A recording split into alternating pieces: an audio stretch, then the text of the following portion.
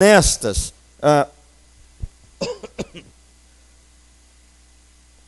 o que eu quero pensar com você em setembro, começando com uma primeira pergunta que é a minha responsabilidade, sobre Deus é um só? Essa é a minha primeira questão. Eu creio que muitos de vocês, aqui na cidade, conversando com as pessoas, às vezes a pessoa ela professa uma fé diferente da sua, bem diferente, a prática dela é totalmente diferente, e aí alguns costumes, e aí que você vai conversando com ela, e aí você tenta evangelizá-la, aí quando você fala de Jesus, ela se sente assim meio acuada assim, aí ela vê que não tem saída e fala assim: o importante é que Deus é um só. Normalmente é isso que a gente vê no geral, quando a gente conversa com as pessoas. E eu sei que muitas dessas respostas, elas são evasivas. Elas são, na verdade, para evitar que você continue com a conversa.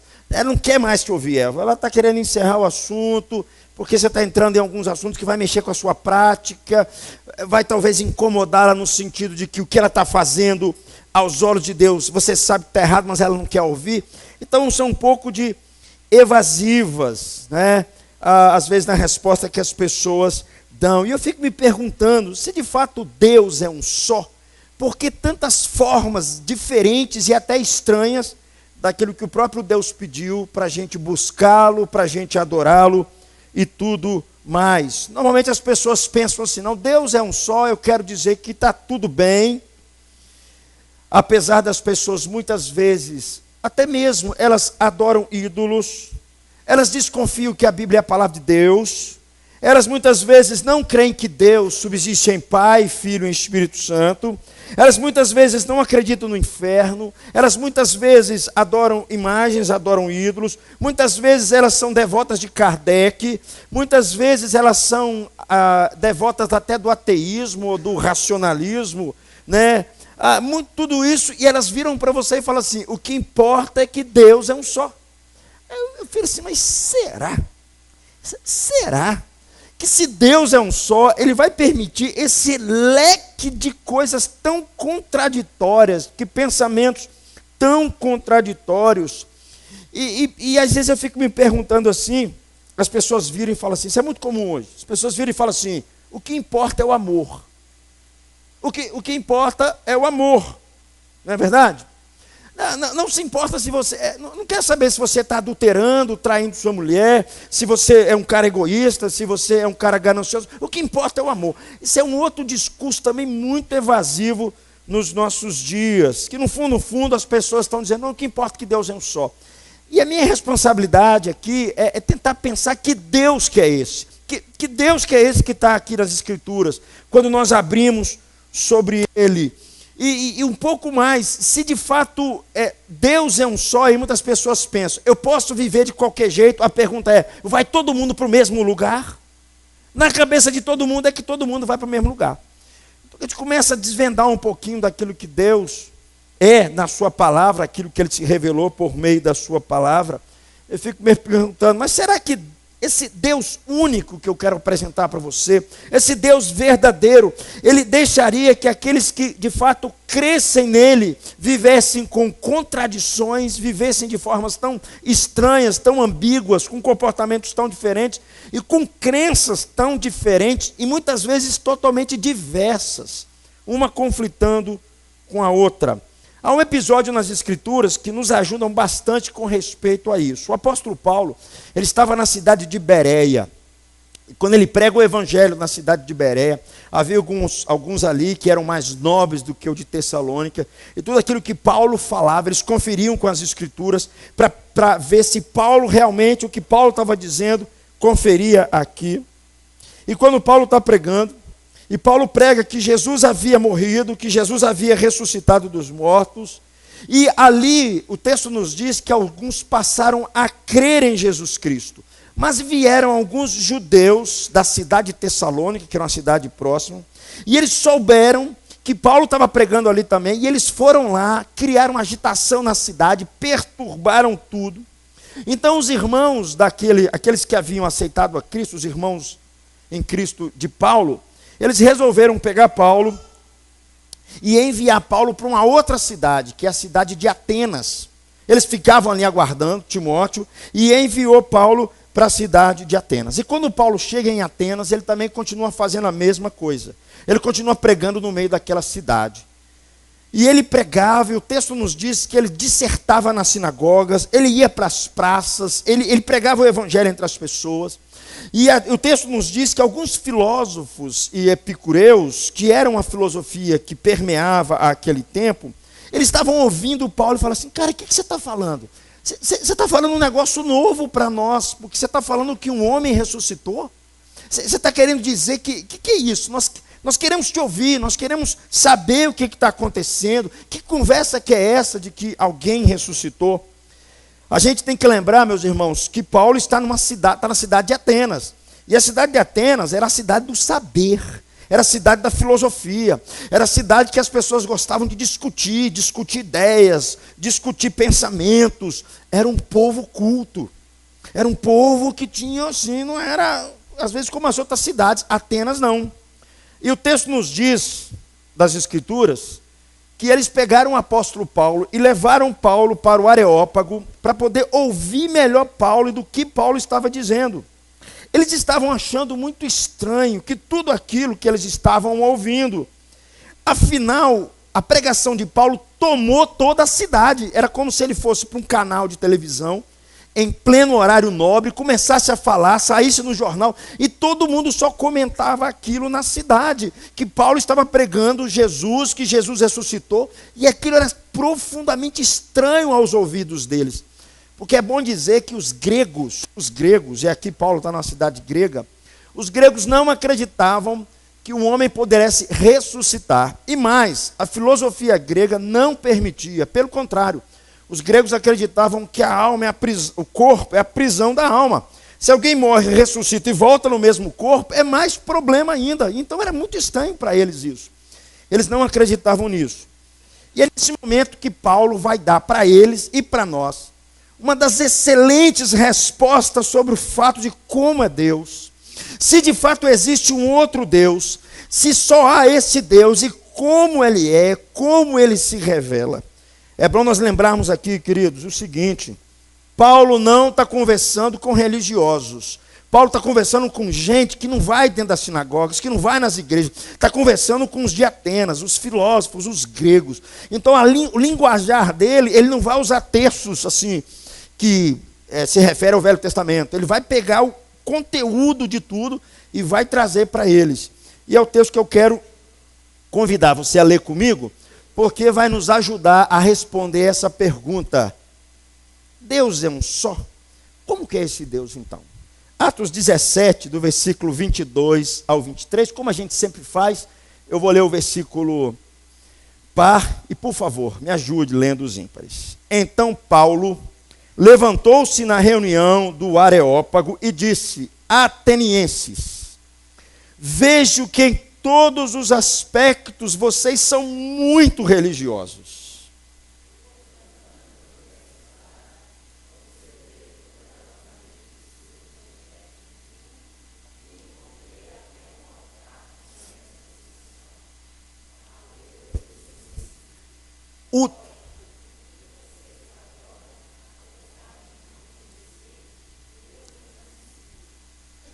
O Deus que fez o mundo e tudo que nele há, Senhor dos céus e da terra, não habita em santuários feitos por mãos humanas.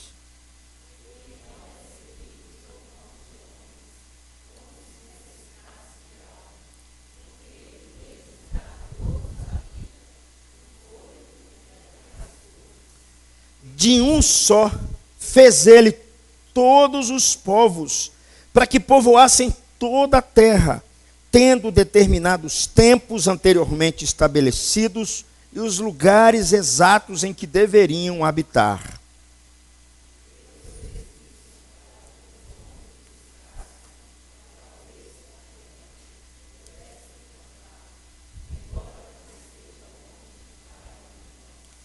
Pois nele vivemos, nos movemos e existimos, como disseram alguns dos poetas de vocês, também somos descendência dele.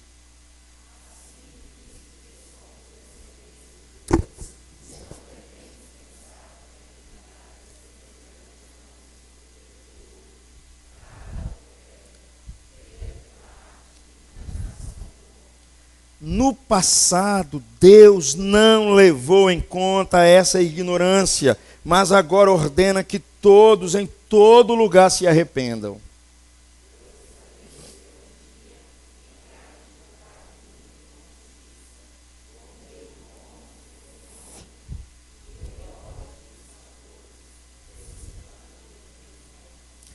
Quando ouviram sobre a ressurreição dos mortos, alguns deles zombaram e outros disseram: a esse respeito nós o ouviremos outra vez. Alguns homens juntaram-se a ele e creram. Entre eles estavam Dionísio, membro do Areópago, e também uma mulher chamada Dâmaris, e outros com eles. Deus é um só? É o que a gente vai procurar responder. A primeira coisa que esse texto vai nos ensinar é o seguinte: que a religião está em todo o coração humano. Todo o coração humano é um coração religioso. Percebam, eles eram atenienses, não eram judeus. Eles estavam embalados pela filosofia de homens cultos do saber. Mas como Paulo disse aqui, muitos religiosos, o texto diz: vejo que em todos os aspectos vocês são muito religiosos. Religião aqui, queridos, é algo intrínseco na alma humana. Questões sobre de onde nós viemos, para onde vamos, quem nos fez, o que vai acontecer com você depois que você morrer, qual que é o significado da vida, qual é o significado da existência. Todo mundo faz essa pergunta, todo mundo tem esses questionamentos na alma.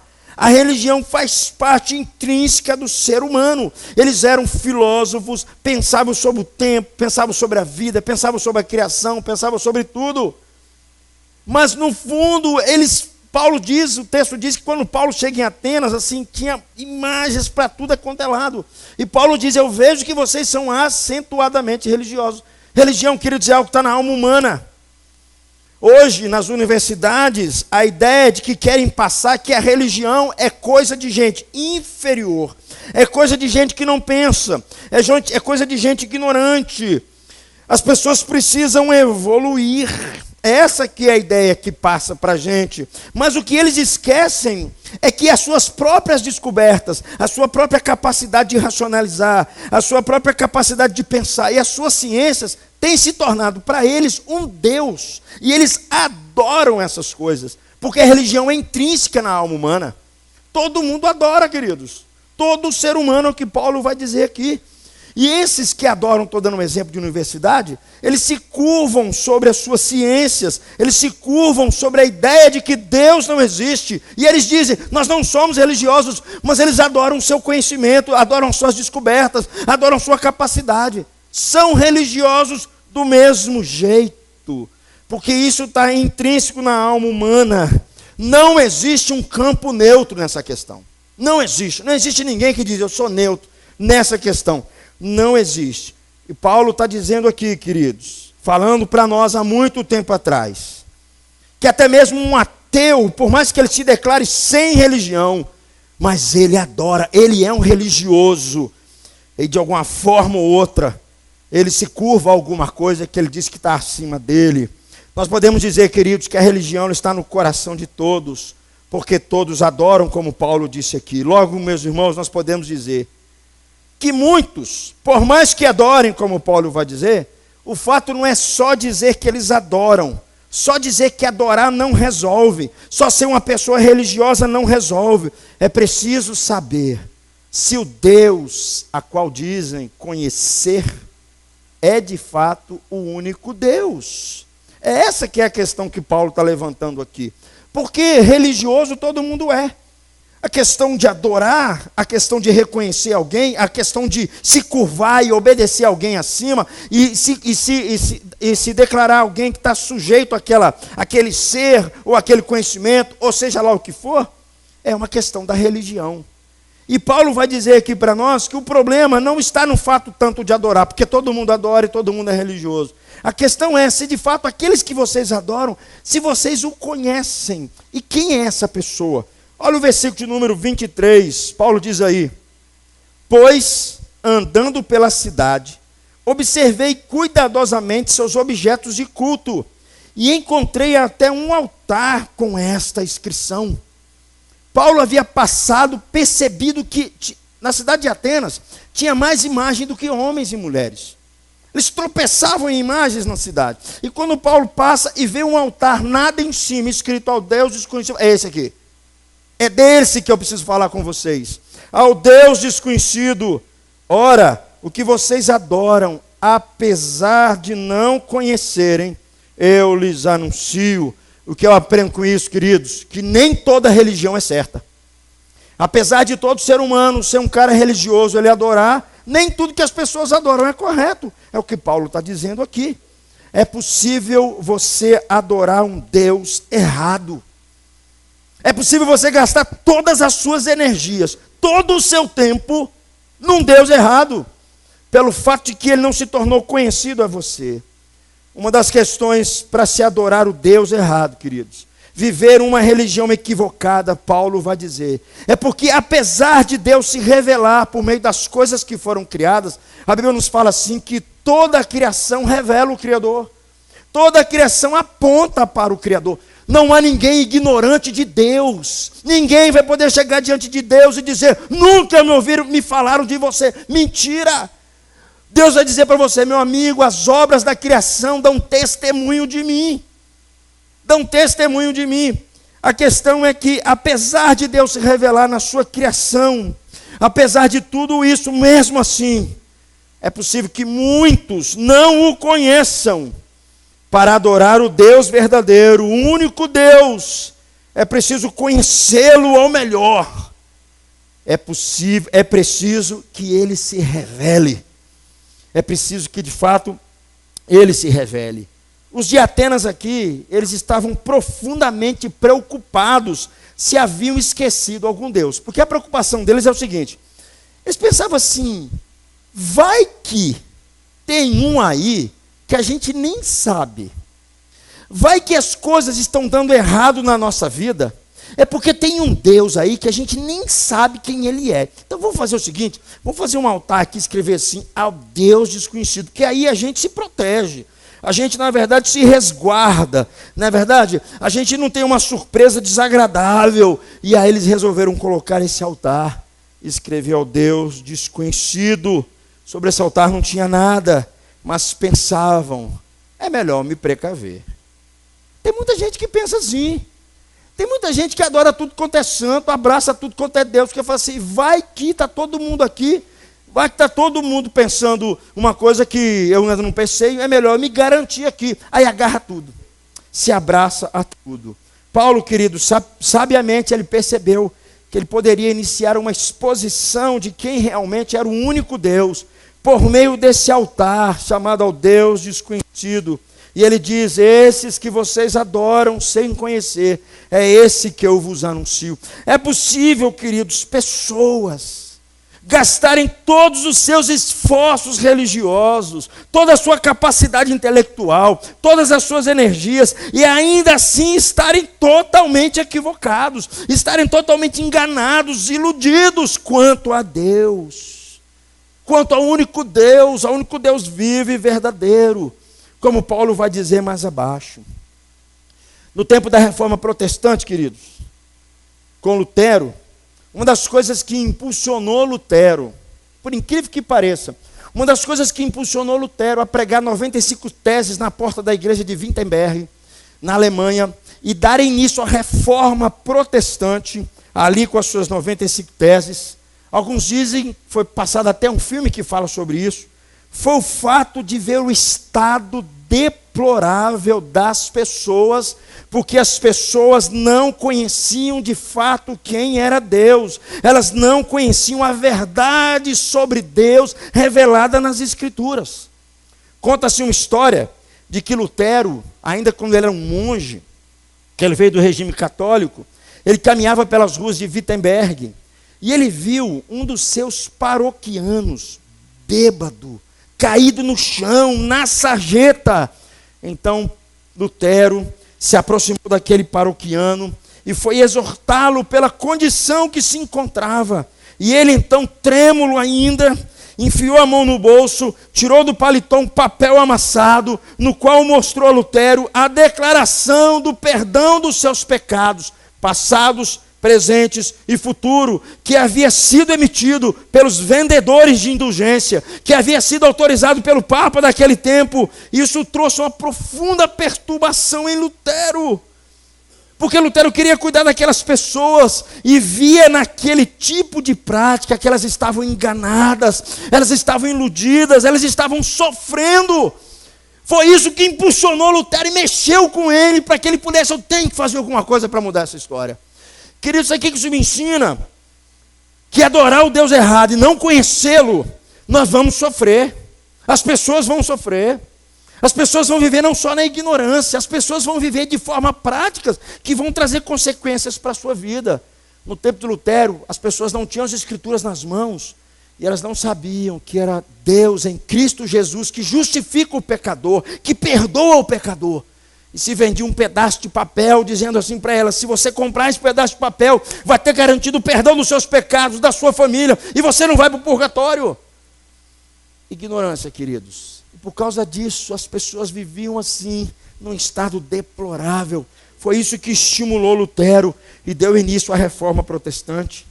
O que muitos esquecem é que se você adora, mesmo sendo zeloso a Deus, você não adora o Deus revelado em Jesus, o Deus das Escrituras. As suas escolhas, as suas práticas, as suas atitudes, as suas disposições, a sua ética, o seu comportamento, eles serão afetados. Apesar disso tudo, queridos, é bom dizer, como Paulo, que mesmo vendo aqueles homens vivendo na ignorância sobre Deus, Paulo os respeitava. Perceba, Paulo não chega na cidade e sai quebrando tudo. O texto diz que o seu espírito se revoltou, e Paulo sabiamente foi tratando com eles. Outra coisa, e aí que Paulo vem e diz assim: ao Deus desconhecido, ora, esse que vocês adoram, apesar de não conhecerem, é esse que eu anuncio. É possível sim, meus irmãos, nós pensarmos que nem toda religião, nem toda adoração, nem toda tentativa humana esteja no caminho correto. Os homens, eles eram intelectuais em Atenas, eles vasculhavam tudo para buscar uma resposta, e mesmo assim continuavam numa profunda ignorância espiritual, que Paulo ali ao pregar vai trazer luz e trazer a verdade para o coração deles. Eu quero mostrar para vocês aqui, querido, um resumo muito pequeno das perspectivas que tem sobre Deus, muito pequena. Algumas afirmações sobre Deus, coisas assim, ó. Por favor, Paulinho. O ateísmo diz: Deus não existe. O agnosticismo diz: Deus não pode ser conhecido. O deísmo diz: Deus não está ativo no mundo, ele só deu início no mundo e virou as costas para lá. O panteísmo diz: Deus é um Deus limitado. O panenteísmo diz: Deus é o mundo, ele se mistura com o mundo. Religiões orientais creem nessas coisas, que Deus está nas coisas, se mistura com as coisas. É por isso que eles mantêm contato com a natureza, coisas assim. O politeísmo diz: o panenteísmo diz: Deus está em tudo. O politeísmo diz: existem muitos deuses e muitas deusas. O monoteísmo diz: só existe um Deus. Só que precisava complementar com algo, que é aquilo que nós cremos, que a igreja cristã crê, chamado no trinitarianismo. Existe um só Deus que subsiste em três pessoas. Porque os cristãos, nesse aspecto, eles não dão a mão para os judeus. Nesse aspecto, não. No modelo judaísmo, não, porque eles são monoteístas. Nesse sentido, voltando ao nosso texto, meus irmãos, Paulo passa aqui a empreender um momento em que, se aproveitando de um Deus desconhecido, ele busca tornar conhecido, ou melhor, dizer quem é esse Deus, dizer que eles não conhecem esse Deus, e eu quero mostrar para vocês quem de fato é esse Deus, como é que ele se parece, para que vocês não vivam na ignorância sobre ele, para que as práticas de vocês não andem na contramão daquilo que Deus é. O que Paulo vai nos dizer é sobre o único Deus, como ele é, como podemos conhecê-lo, como podemos adorá-lo, da forma que Deus quer. Porque, queridos, não esqueça um detalhe. A gente fala de adoração, a gente fala de culto. Deus é que tem que dizer para nós como nós temos que nos aproximar dele. Não são as invenções dos homens. É Deus que tem que dizer como você tem que se aproximar de mim. Porque Ele vai dizer aqui que eu não sou um qualquer. É Ele que vai prescrever na sua palavra como vocês têm que se aproximar de mim. E aí Paulo vai nos dizer sobre esse Deus. A primeira coisa que ele vai dizer, que Deus é o Criador de todo o universo. Versículo 24. O Deus que fez o mundo e tudo o que nele há.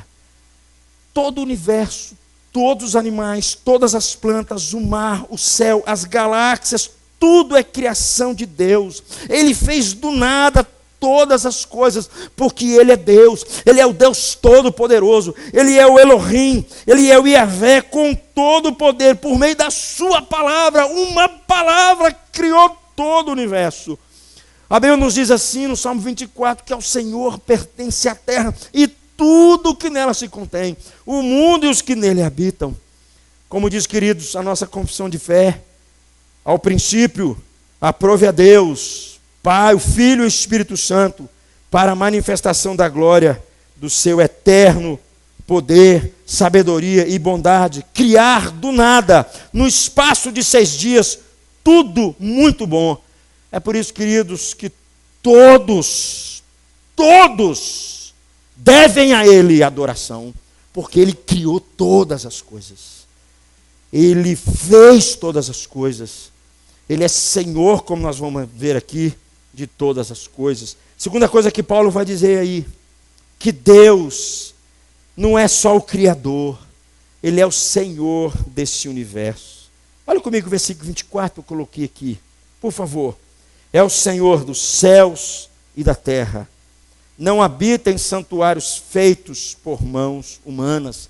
Em outras palavras, o que Paulo está querendo dizer aqui, que Deus, esse Deus criador de todas as coisas, que merece toda adoração, Ele é soberano, Ele governa sobre tudo, Ele governa sobre todos com o seu poder, nada pode contê-lo, nem os céus, nem a terra, nem construções humanas. É Ele que dá claras demonstrações do seu poder, quando nós falamos em sua sabedoria. Esse Deus, meus queridos, Ele não é manipulável. Nós não conseguimos manipular Deus, marcar um horário para se encontrar com Ele e dizer para Ele o que Ele tem que fazer. Ele não é manipulável. Ele é um Deus que não está nas mãos dos homens, mas Ele é um Deus que governa todas as coisas e faz tudo conforme o conselho da sua vontade.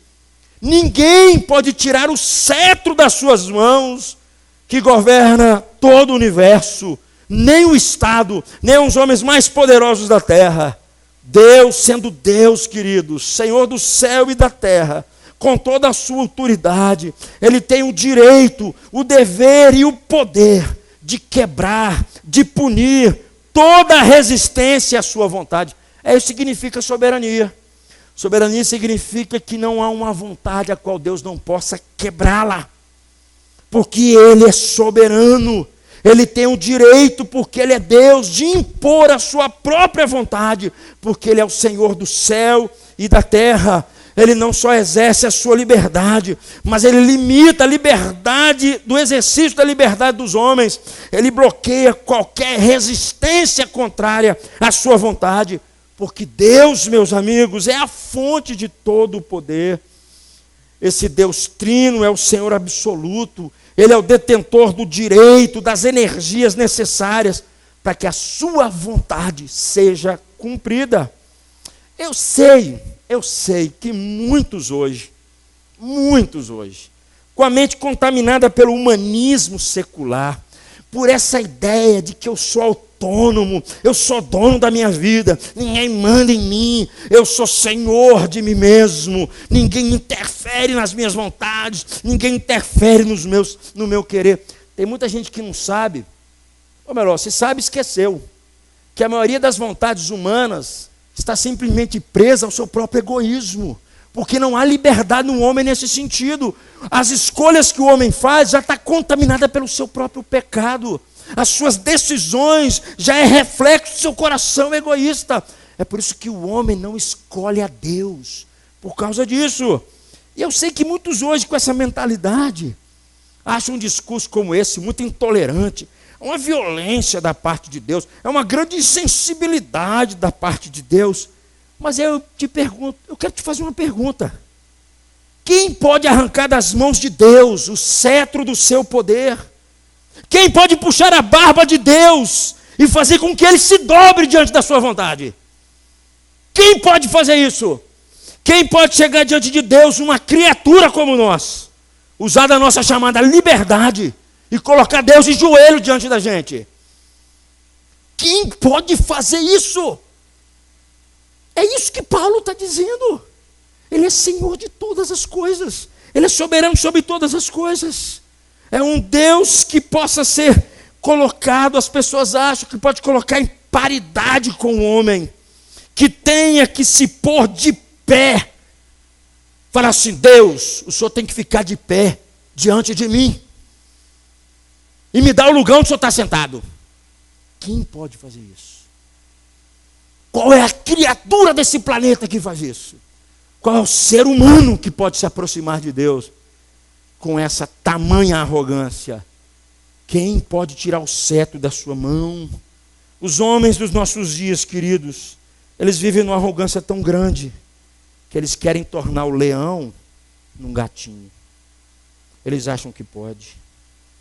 Eles querem criar um pobre Deus que pode ser obrigado dentro e colocar dentro da sua casa e fazer o que bem entende com esse Deus. Não. O texto nos diz que esse Deus, ele não habita nem em templos formados por mãos humanas. Ele é Senhor do universo. Esquecemos disso, queridos. Esquecemos. Esquecemos que Ele é soberano. Esquecemos que Ele está no controle do universo. Esquecemos que Ele é Senhor de tudo. Terceira coisa que Paulo fala, que esse Deus é Ele que mantém a vida. Olha aí que diz o versículo 25, por favor, leia comigo. Ele não é servido por mãos de homens, como se necessitasse de algo, porque Ele mesmo dá a todos a vida, o fôlego e as demais coisas. Em sua soberania é Ele que mantém a vida. Ele não é servido por mãos humanas, afinal Ele não precisa de nada, porque tudo vem dEle. É Ele que dá a todos da vida, da respiração, da fôlego, da tudo mais. O ar que eu e você estamos respirando, nós nem pedimos a Ele autorização, mas o ar é dele. No dia que Ele resolver fechar a torneira do ar, já era aqui embaixo. Sobra para mais ninguém. E como eu tenho dito, nós somos tão sensíveis, tão frágeis, melhor dizendo, como de um professor do seminário dizia, o homem vive entre duas respiradas, Nicolau. Se você der só uma respirada agora, amanhã eu estou te visitando no cemitério da paz. O ar que nós temos, a respiração que temos, é Ele quem dá. É uma bruta tolice humana achar que a capacidade humana, as invenções humanas, as artimanhas humanas é que dão sustento à vida. Mas parece que a ideia é essa. É, como já dizia uma novela, eu não assisti essa novela, gente, tem muito tempo. Eu sou Senhor do meu destino. Eu que controlo o meu amanhã. Você é um tolo. Você é um tolo quem pensa assim. Deus é quem governa tudo. E Paulo está dizendo aqui, queridos, que é Ele quem dá vida, é Ele quem sustenta a vida. É esse Deus que muitos desconhecem, que muitos vivem como se a vida, o amanhã, a sobrevivência, o futuro, o destino, fosse algo que eles controlam, fosse algo que eles dirigem. Muitos que dizem assim, Deus é um só, eles não vivem para Deus, eles vivem para si mesmos. É fantástico nós percebemos, queridos, o que o salmista disse no Salmo 139. Eu queria convidar você a ler comigo o Salmo 139. Por favor, comigo aqui, ó. Pois tu formaste o meu interior, tu me teceste no seio de minha mãe, graças te dou, visto que por modo assombrosamente maravilhoso me formaste. As tuas obras são admiráveis, e a minha alma o sabe muito bem. Os meus ossos não te foram encobertos, quando no oculto fui formado, e entretecido como nas profundezas da terra. Os teus olhos me viram a substância ainda informe, e no teu livro foram escritos todos os meus dias, cada um deles escrito e determinado, quando nenhum deles havia ainda. Quando o salmista faz essa declaração, entende que Deus é o mantenedor da vida, é Ele que determina o nosso tempo, é Ele que determina todas as coisas. O salmista, nos 2 versículos abaixo, ele simplesmente se curva. Olha o que diz o versículo 17 e 18. Que preciosos para mim, ó Deus, são os teus pensamentos, e como é grande a soma deles. Se os contassem, excede os grãos de areia. Contaria, sem jamais chegar ao fim. Essa é a intenção de Deus, queridos, quando Ele está dizendo aqui. É isso que Deus quer de nós. Ó Deus, como o Senhor é precioso, Deus. Como o Senhor é grande, como o Senhor é maravilhoso. Como o Senhor é excelso. Como o Senhor consegue controlar todo o universo, Deus. Eu não sabia que o Senhor era tão grande assim. Eu não sabia que o Senhor era tão poderoso assim. É isso que Ele está dizendo para nós.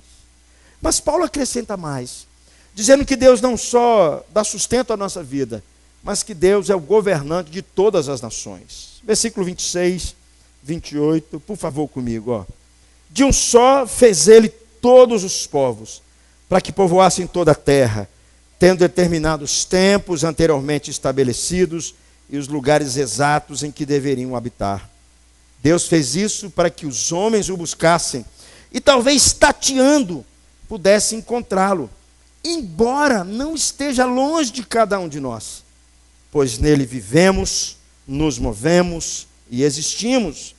Como disseram alguns dos poetas de vocês, também somos descendentes deles. Deus governa todas as nações, todos os reis, todos os presidentes desse mundo afora. É Ele quem determina o tempo e até mesmo o lugar, como o texto diz, que os homens deveriam habitar. Deus fez isso, meus irmãos, para que os homens o buscassem, como Paulo está dizendo aqui. E, ironicamente, Paulo diz, tateando, o possam encontrar. Meus irmãos, ninguém jamais viu a face de Deus. Como é que alguém poderia tatear e encontrar a Deus? Paulo está sendo irônico aqui para aqueles de Atenas. A única forma que o homem pôde de fato tocar em Deus foi no Filho, no Deus encarnado. O Deus Criador, o Deus Pai, não. Paulo, então, queridos, ele acrescenta algo fantástico aqui. Apesar dele ser o Senhor de tudo, governador de tudo, Paulo diz, bem que ele não está longe de cada um de vocês, porque Deus não está tão distante para que não possa nos ouvir. Apesar dele criar todas as coisas, Ele é um Deus pessoal, Ele é um Deus próximo, Ele é um Deus que ouve as suas orações, é um Deus que está atento à sua vida, é um Deus que sabe das suas angústias, é um Deus que diante dos seus medos, diante dos seus clamores, mesmo aqueles que não o temem, mesmo os ateus, alguns dizem que não existe ateu quando está caindo do avião, né? O cara grita, meu Deus, me ajuda. Mesmo os ateus, Deus ouve, Deus está atento às suas orações. Porque Paulo está dizendo aqui, Ele não está tão longe de cada um de nós, apesar de ser governador de tudo. A prova que Paulo diz, é porque nele nós nos movemos, vivemos e existimos, isso é fantástico. Mesmo Deus sabendo que os homens acham que podem erradamente pensar, que podem tateá-lo como fazem com imagens, mesmo assim Deus decidiu dar testemunho de si, por meio das coisas que foram criadas, e mais do que isso, está atento até mesmo às nossas orações. Ele ainda ouve o clamor dos homens, mesmo aqueles que vivem ignorância sobre ele. É esse Deus que nós precisamos conhecer. Paulo está dizendo aqui, esse Deus não é uma abstração, esse Deus não é alguém impessoal, alguém distante, mas é um Deus que é infinito, mas um Deus que é pessoal ao mesmo tempo. E de uma forma ou de outra, queridos, Ele se importa conosco, Ele se importa com as suas criaturas, Ele permite a sua existência. Tem muita gente que fala assim, nossa, aconteceu uma tragédia aqui, acolá, onde é que estava Deus? Deus estava controlando o universo. Deus estava controlando que a ponte que você acabou de atravessar, ela não caísse, um avião não caísse e tudo mais. Deus continua controlando todas as coisas. É desse Deus que Paulo está dizendo que as pessoas precisam conhecer e adorá-lo. Mais alguma coisa que Paulo acrescenta aqui para nós, queridos, que Deus é aquele que não se sujeita a nenhum tipo de idolatria. Versículo 29. Diz aí, ó. E assim, visto que somos descendência de Deus, não devemos pensar que a divindade é semelhante a uma escultura de ouro, prata ou pedra, feito pela arte e imaginação dos homens. Paulo acrescenta um fato que dele não poderia deixar de falar aqui. Ele que veio do judaísmo, o judaísmo sempre preservou isso com muita propriedade, que esse Deus, ele não pode ser imagem de nada, não há nada em absoluto, em nada. O que Paulo está resgatando aqui para nós é o segundo mandamento, quando Deus diz: não farás para ti imagem de escultura, nem semelhança alguma do que há em cima nos céus, nem embaixo da terra, nem águas debaixo da terra, não as adorarás, não lhes dará culto, porque eu sou o Senhor. É isso que Paulo está resgatando aqui para nós.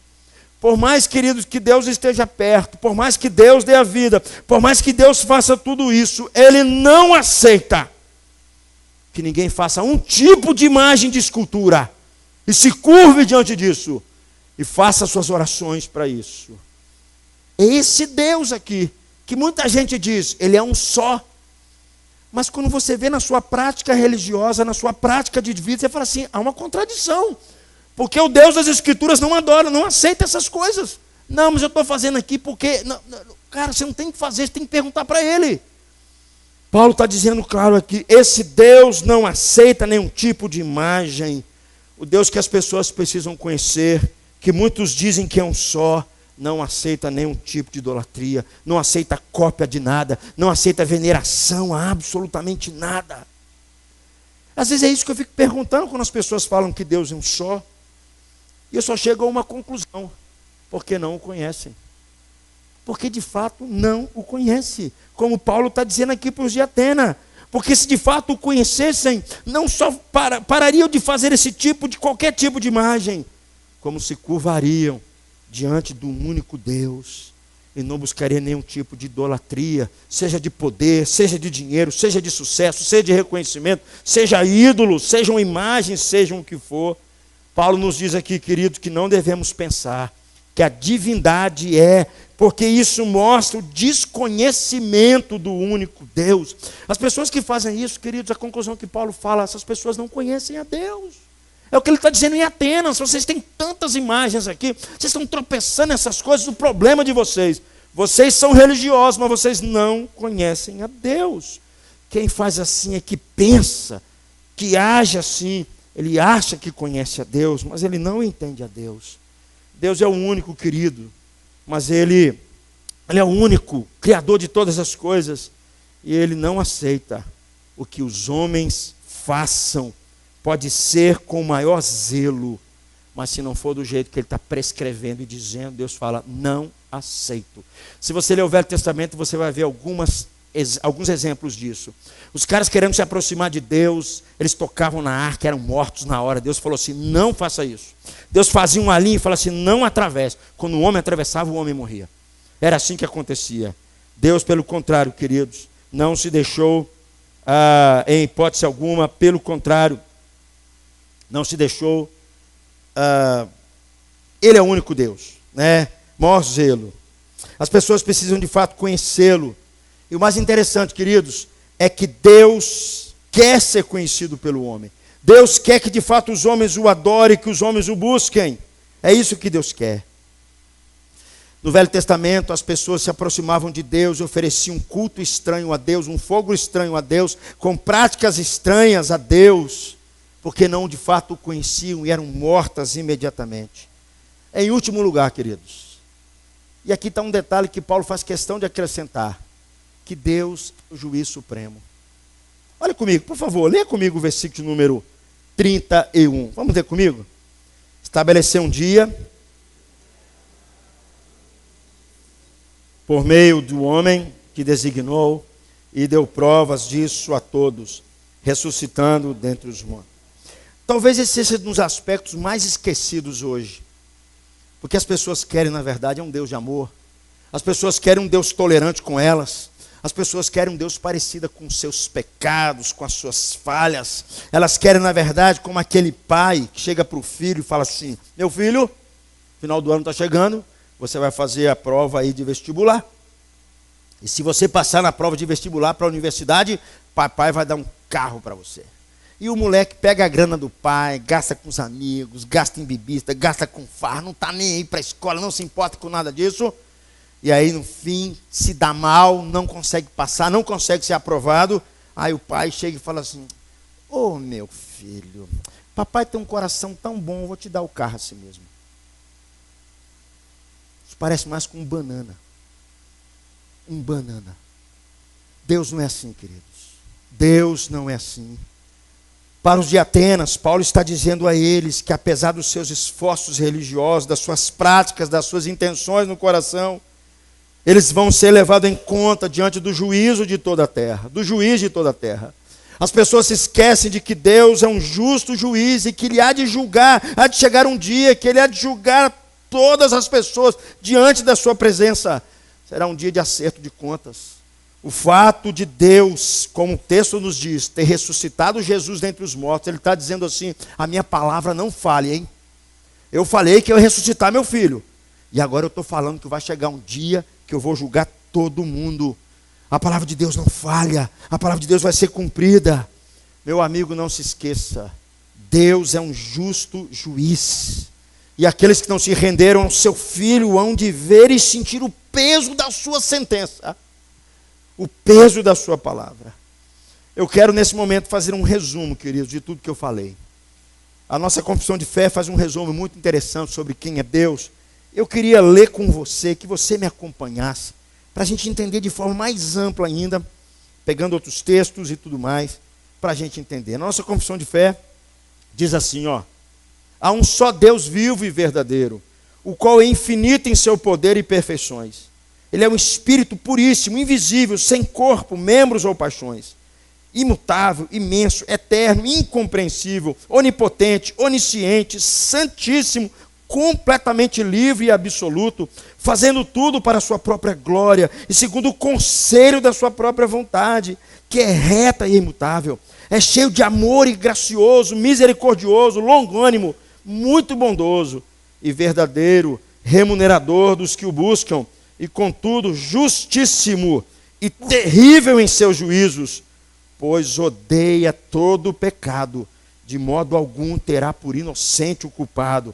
O segundo artigo diz: Deus tem em si mesmo e de si mesmo toda a vida, glória, bondade e bem-aventurança. Ele é todo suficiente em si e para si, pois não precisa das criaturas que trouxe à existência, não deriva delas glória alguma, mas somente manifesta a sua glória nelas, por elas, para elas e sobre elas. Ele é a única origem de todo ser, dele, por ele e para ele são todas as coisas, e sobre elas tem ele soberano domínio, para fazer com elas, para elas e sobre elas tudo quanto quiser. Todas as coisas estão patentes e manifestas diante dele. O seu saber é infinito, infalível e independente da criatura, de sorte que para ele nada é contingente ou incerto. Ele é santíssimo em todos os seus conselhos, em todas as suas obras, em todos os seus preceitos, da parte dos anjos e dos homens e de qualquer outra criatura que lhes são devidas todo culto, todo serviço e obediência que há por bem requerer deles. Terceiro e último, na unidade da divindade, há três pessoas de uma mesma substância, poder e eternidade. Deus o Pai, Deus o Filho e Deus o Espírito Santo. O Pai não é de ninguém, não é nem gerado e nem procedente. Queridos, tem muita gente que assim vai na contramão disso e está dizendo que Deus é um só. O cara não acredita em nada disso. Absolutamente nada disso. E diz que Deus é um só. Não, queridos, não é isso que a Bíblia nos diz. Não, diz. E para mim caminhar para o encerramento, eu quero deixar uma pergunta final. O que deve nos levar ao conhecimento de Deus? Por que saber que não há outro Deus além do Deus de Israel revelado em Jesus? E que todo homem, toda mulher lhe deve adoração. Versículo 30 do texto que lemos, Paulo nos diz. Por favor, leia comigo. No passado, Deus não levou em conta essa ignorância, mas agora ordena que todos, em todo lugar, se arrependem. Meu amigo, dizer uma coisa para você importante. Deus tolera a ignorância humana. O que ele não tolera é que o homem permaneça nela. Deus tolera que às vezes o seu pai, sua mãe, seu irmão continue vivendo uma vida, adorando outros deuses, buscando de forma errada a Deus. O que Deus não tolera é que o ser humano continue nela. Deus não levou em conta, como Paulo diz, o tempo da ignorância, um tempo em que você adorava qualquer coisa, adorava de qualquer jeito, buscava de qualquer maneira, era até zeloso, mas estava no caminho errado. Deus não leva em conta isso. Em Atenas, queridos, havia mais imagem que gente. Muitos achavam que estavam bem cercados com seus deuses. Deus até tolera essa ignorância sobre eles, mas o que ele não tolera é permanecer nela. Agora ordena a todos que em todo lugar se arrependam. Queridos, só existe uma saída, Paulo vai dizer aqui para nós. Essa saída, ele sabe que Deus enviou o seu Filho, Deus encarnado, que morreu, que ressuscitou dentre os mortos, e há de julgar vivos e mortos. Esse dia há de chegar, ninguém vai escapar. Será um dos piores dias para aquele homem que nunca se arrependeu. Vai ser o dia mais triste da vida desse cara. Paulo nos diz em Tessalonicenses, fala assim, que Jesus morreu na cruz para nos livrar do dia da ira que há de vir. Esse vai ser o pior dia para aquele que não se arrependeu e creu, para aquele que não entregou sua vida a Jesus, para aquele que não reconheceu Jesus, porque passou a confiar nas suas boas obras, na sua capacidade intelectual, se achou bom demais, se achou justo demais, se achou santo demais, achou que tudo estava bom demais, se achou um cara muito bom, não se rendeu a Cristo, não observou aquilo que Cristo fez na cruz por ele, dando a vida no lugar dele, não reconheceu a sua insignificância, o seu orgulho, a sua autossatisfação, não se rendeu a Cristo, não reconheceu a Jesus como Senhor e Salvador da sua vida. Vai ser o dia mais triste na história desse cara. Porque Paulo está dizendo que Deus há de chegar um dia que há de julgar vivos e mortos, o Criador de todas as coisas, porque esse cidadão não se voltou para ele, não se rendeu a ele. Paulo está dizendo que só há uma saída para aqueles, para que parem de achar que há só um Deus. E Paulo nos diz assim, para nós, o arrependimento, um profundo reconhecimento da sua condição espiritual deplorável, decaída, em pecado, em idolatria. É um reconhecimento de que há um só Deus revelado em Jesus, e a Ele nós devemos todas as coisas. Paulo está dizendo aqui, queridos, que o arrependimento é o fato da pessoa passar a reconhecer quem é Deus, e por causa disso, dobrar o seu joelho em arrependimento e fé. Às vezes, queridos, a gente olha a obra da criação, a gente não imagina assim, meu Deus, o Senhor controla todas as coisas, todas as estrelas o Senhor conhece pelo nome, está tudo nas suas mãos. Deus, quem sou eu diante do Senhor? Esse Deus santo, esse Deus justo. Paulo está dizendo que o homem precisa se arrepender, significa que ele precisa reconhecer que Jesus é aquele homem, que o homem que precisa se curvar a ele, porque Jesus foi até a cruz. Jesus recebeu o castigo que deve cair sobre nós, a ira de Deus que deveria cair sobre nós por causa do nosso orgulho, do nosso coração duro, mas caiu sobre ele. Mas ao mesmo tempo Deus demonstra um profundo amor por nós naquela cruz. E o homem continua dizendo, não, eu não preciso disso. Eu vou continuar adorando do mesmo jeito, vivendo do mesmo jeito, fazendo as mesmas coisas, buscando Deus do meu caminho, da mesma forma, inventando maneiras religiosas de procurar adorar a Deus, invenções humanas para se aproximar de Deus. Deus fala, querido, não tem jeito. Após Paulo, querido, ter pregado essa mensagem, duas situações acontecem aqui. Normalmente é isso que acontece quando se prega o Evangelho, e ainda continua acontecendo nos nossos dias. Para Paulo, a mensagem de quem é Deus de fato deve continuar sendo pregada hoje. Precisamos continuar insistindo com as pessoas de que Deus não é aquilo que eles estão pensando, e levar a mensagem do Evangelho para tirá-las da sua ignorância espiritual. É isso que nós precisamos continuar anunciando a vida das pessoas. Quando Paulo pregou essa mensagem, queridos, olha só o que aconteceu. Versículo 32 a 34, por favor, duas coisas acontecem.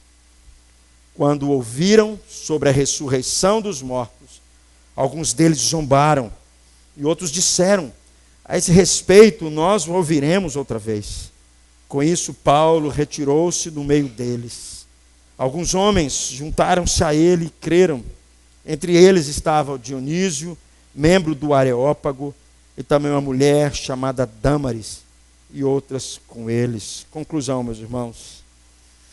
Talvez você já me ouviu falar isso várias vezes, mas ainda eu quero continuar insistindo, meu amigo. Se você não se rendeu a Cristo, se você ainda continua com seu coração confiando em você, se você ainda continua achando que por seus méritos, pelas suas ações, pelo seu bom comportamento, Deus vai te aceitar. Se você ainda não reconhece a único Deus vivo e verdadeiro, se você ainda continua preso nas suas idolatrias, se você ainda continua preso em você mesmo, se você não se curvou diante de Deus, Paulo está dizendo aqui que uns não creram, e a esses está reservado um dia de juízo para eles.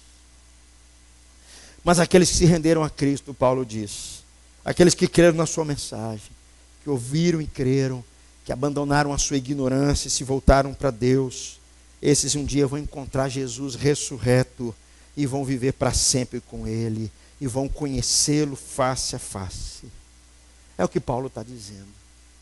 É o que Paulo está dizendo.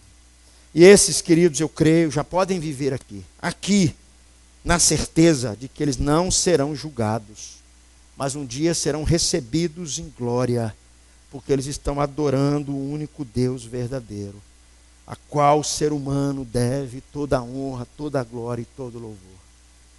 Paulo nos diz, queridos, só tem uma saída para o homem: que ele se arrependa, que ele se arrependa e volte. Eu queria orar por você, queria pedir a Deus pela sua vida. Eu queria pedir você curvar a sua cabeça. Chama os meninos do louvor aqui à frente, por favor.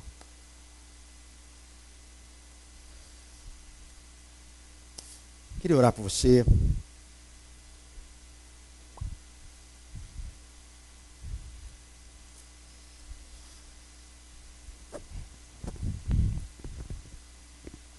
Queria pedir a Deus por você. A minha oração por você, querido, que você de fato pare a pensar sobre Deus, sobre quem Ele é, o que Ele fez, sobre o seu poder, sobre a sua graça. Deus, eu quero colocar nessa noite as nossas vidas nas suas mãos e pedir ao Senhor, Deus, que o Senhor venha visitar-nos, que o Senhor venha, Deus, tratar nos nossos corações. O apóstolo Paulo, diante de homens com tanta sabedoria, com tanta capacidade, para Paulo só tinha uma resposta: é que esses homens se voltassem de fato, saíssem da sua ignorância espiritual, da sua ignorância religiosa diante de Deus e se voltassem para Deus. O apóstolo Paulo que trouxe para eles, ó Deus, e para nós, uma exposição tão profunda de como Deus age, como Deus governa, quem é esse Deus, um Deus que não tolera o pecado, um Deus que ao mesmo tempo é juiz de toda a terra, mas ao mesmo tempo é um Deus de amor, um Deus de graça, um Deus que quer resgatar o homem, mas não quer permitir que ele continue na sua ignorância, na sua idolatria, nos seus pecados, fechados em si mesmos. Deus, em nome de Jesus, visite-nos nessa noite, Deus, com o teu poder e com a tua graça. Pai, se alguns ainda, Deus, não te conhecem, Pai, em nome de Jesus, eu clamo ao Senhor, para que a mensagem do Evangelho, Pai, caia no coração desses e eles se rendam a Ti. Deus, nos ajude, tenha misericórdia de nós, nos ajude, em nome de Jesus. Amém. Queria convidar vocês a colocar